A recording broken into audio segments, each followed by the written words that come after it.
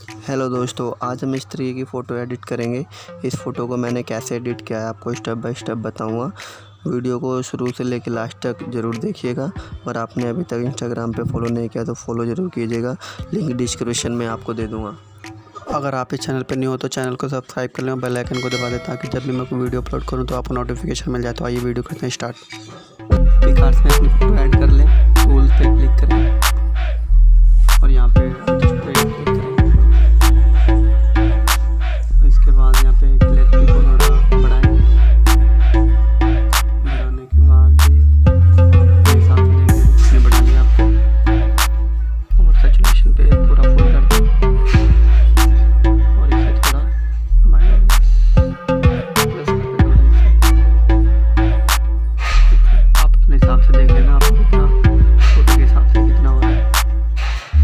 Shadow पे plus थोड़ा और इधर बात पे क्लिक करके जो भी आपने रेड हो रहा है इसे आप रिमूव मिटा दें इसको। इसके करने के बाद